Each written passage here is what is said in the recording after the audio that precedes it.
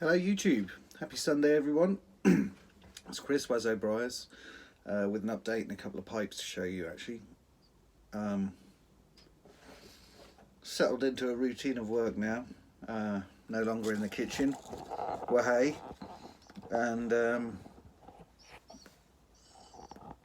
so just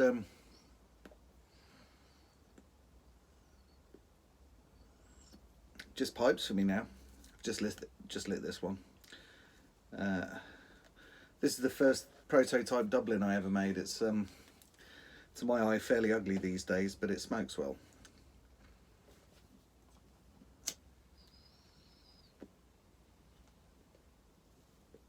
And in it,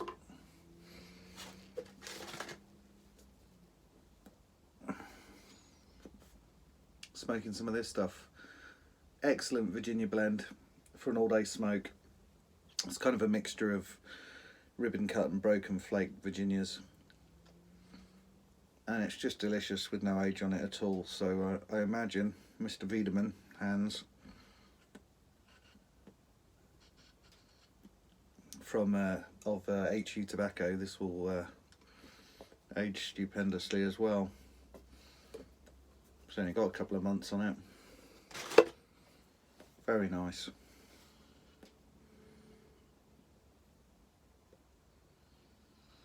So I'm just finishing up a couple of pipes. I've got to sand the inside of the bowls on them and just clean up the inside of the buttons. But I'm heading off to Bruno's tomorrow for a couple of days. It's been a while since we've seen each other actually. He's been, well,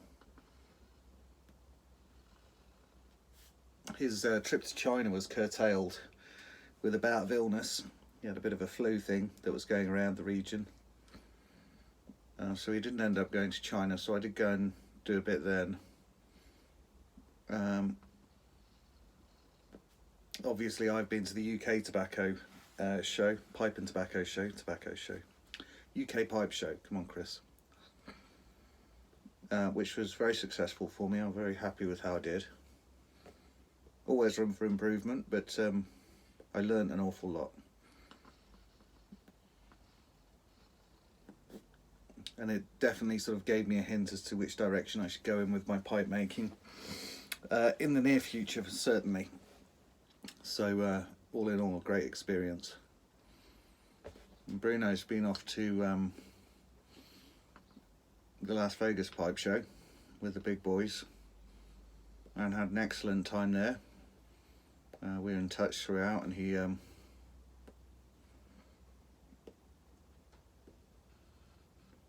made some new connections and some new friends with Mr. Pease and all of his current connections as well, and friends in the pipe world and community. And by all accounts he had a fantastic experience there, so I'm really pleased for him. But the two pipes I've made this week are quite important for my business, because there's a guy, Alexander, in France. I think I mentioned it a couple of videos ago now that I'm just sort of breaking into France. It's quite a difficult egg to crack given that I live here, but it's because the community is so tight, which is really nice actually. I can kind of appreciate that. Now I'm getting to know people.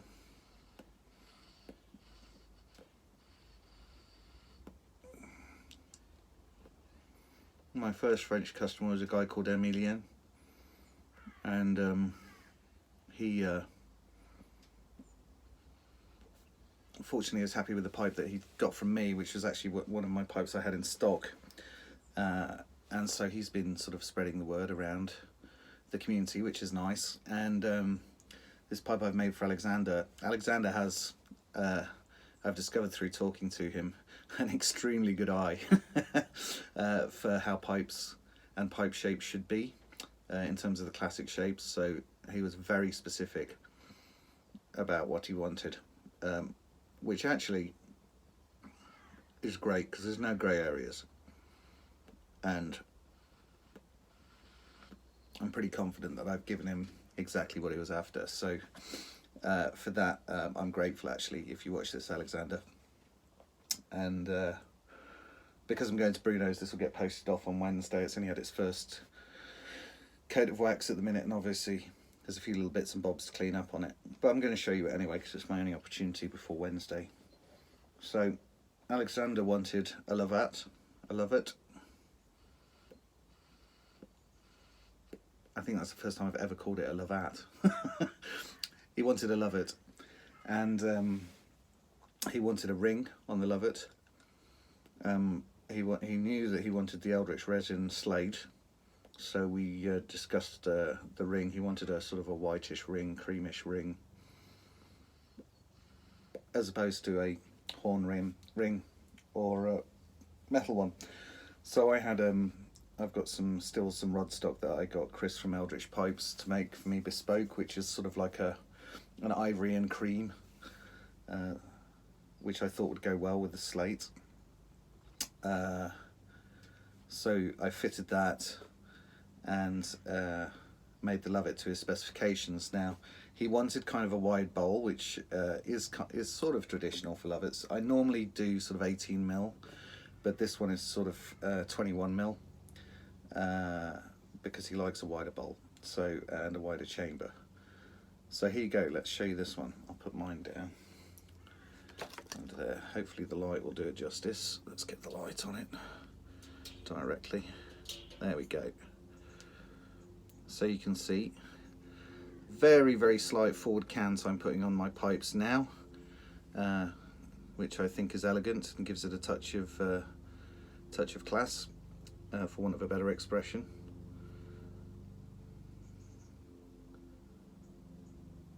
I've got the U shape that I'm always striving for at the bottom of a billiard shaped bowl, which I'm very happy about as well.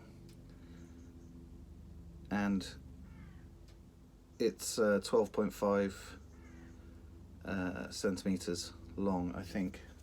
12.5.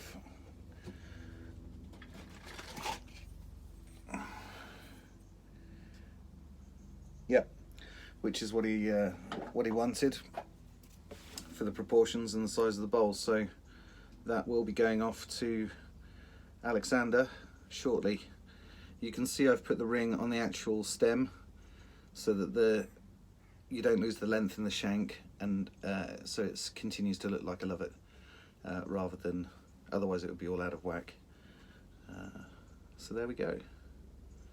Very specific about the width of the bite zone, which I've got right for him. There we go. So that's the first one. And the second one was for a guy called Linford. Well, I always think of Linford Christie. Sorry, Lindwood.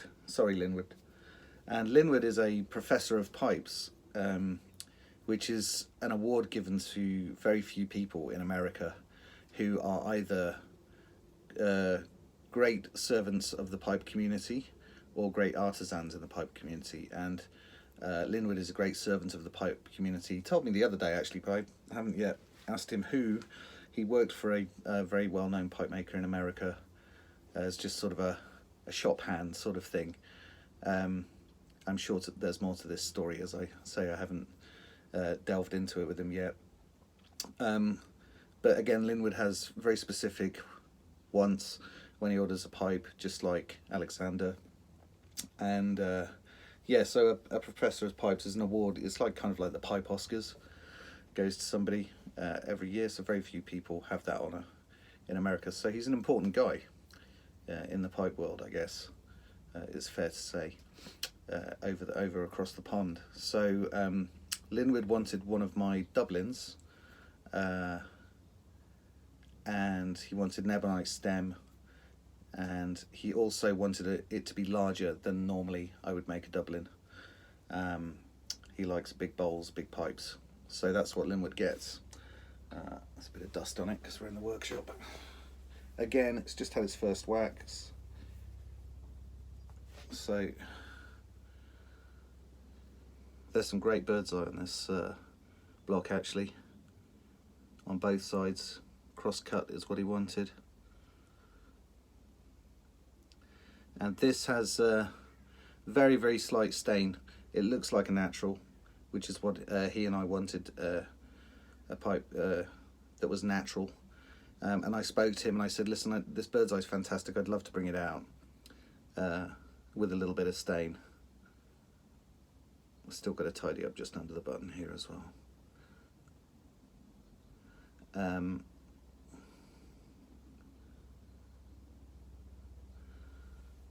And just a little bit of stain worked all the way back has really made it look still natural, but really brought out the bird's eye beautifully, I think.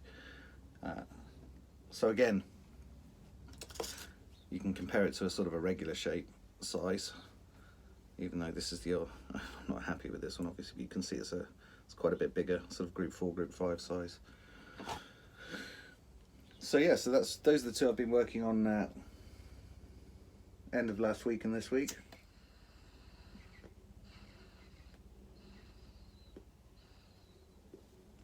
And also I've been working with my sister, who's been a great help in making my website. Well, not help in making my website. I've given her the photos and the info and she's making my website, because I'm a total technophobe. So we had a conference call yesterday, and it's getting close, I think maybe 2 weeks, and I'll be able to launch my website, which is extremely exciting. So I will be posting all over social media when that's ready to go, and all of you I know support me, so I'd be really grateful if you'd click on the website, have a look at it when it's ready to go, and if you have any suggestions, I'm really open to that as well, because you guys all buy pipes from various places, I'm sure, and nobody knows better what makes a good pipe website than a pipe buyer. So but I'll let you know in due course when that's up and running and ready to rumble. So that's that. I'm just going to fiddle away on another pipe that I'm making at the minute, which I won't show because I want it to be a surprise for the guy, Jimmy, who's sold me a Machina Floquet, an old tenon lathe, traditional pipe making tool, which I've got to pick up and pay him and hand him over a pipe as well as part of the deal. So I don't really want to show that off on social media. I'll probably do a retrospective video for that, because I want it to be a surprise for him. So if you watch this, Jimmy, I've not forgotten. It's just that I can't get to you at the minute. So money's there. Pipe will be a couple of days ready, and I'll be in contact with you for when it'll be convenient to pick it up, because I'm hoping to move house and so to a bigger workshop in the next month or so, which I'll talk about more when I've done it. So lots going on really, which is nice. Another couple of orders on the go as well for next week, so that's ticking over. And obviously after the pipe show I still have some stock to put on the website, so things are looking good in terms of planning, which is nice. Okay, that's me done. I'll report back next week and